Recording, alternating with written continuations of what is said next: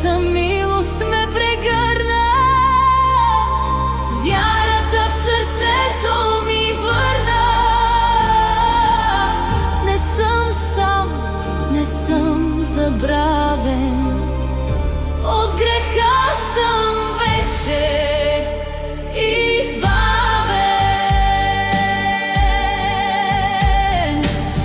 Ръцете си протегнах пак, разсея се тежкият мрак. Разбрах, че любовта му е безкрайна, по-силна от всяка земна тайна. Той не осъжда, той лекува всяка изгубена душа. Той чува, дава пак шанс да погледна нагоре и нови врати пред мен да отвори. Ако си паднал и нямаш сили, ако дните ти са тъмни и сиви, поискай прошка, той ще я даде. В неговите длани надежда расте.